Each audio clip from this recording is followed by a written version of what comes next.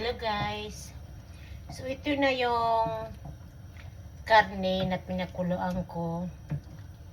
This is the pork belly that I boiled it first. Then I'm gonna put some gulay. It's beans.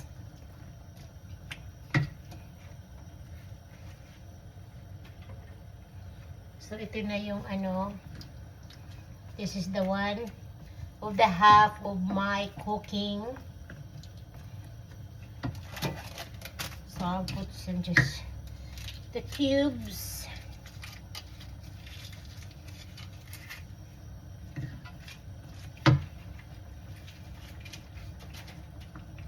And of course I'm gonna put some green onion. Of course, everything you gotta wash it first, guys. Kailangan yung hugasan lahat. Lahat na bagay na pag kailangan yung hugasan. Okay.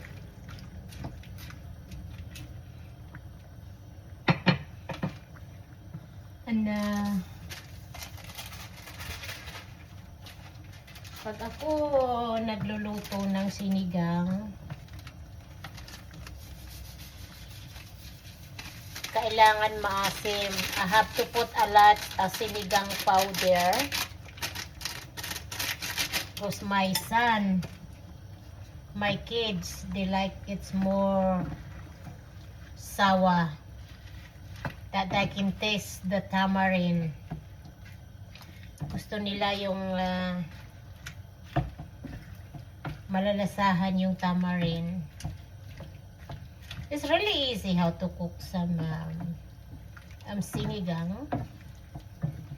You can do in your way how you do it, as long it's clean and tastes good.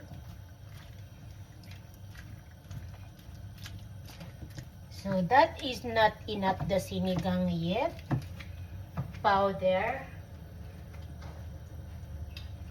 So I have some from my garden chili, and my husband is gonna hiccup again, so I have to put some more on the sinigang powder because I know it's not sour enough.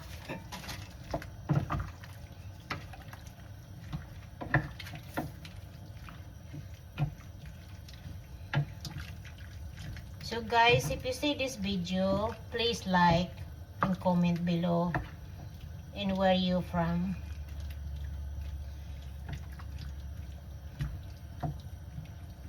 Ang pagluluto ng sinigang ay hindi no, okay, so this is the bat soy. I put the bat soy in.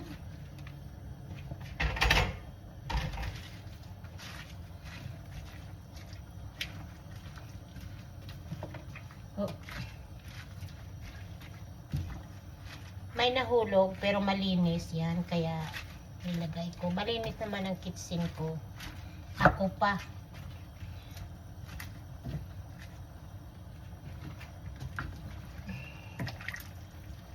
Ayan, so ito na, malapit na itong maluto. Kakainin na lang.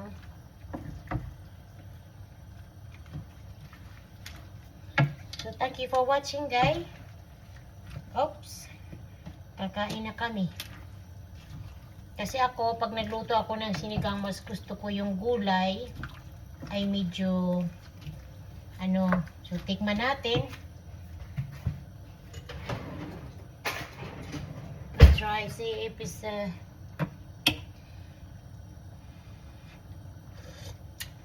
perfect. Thank you for watching.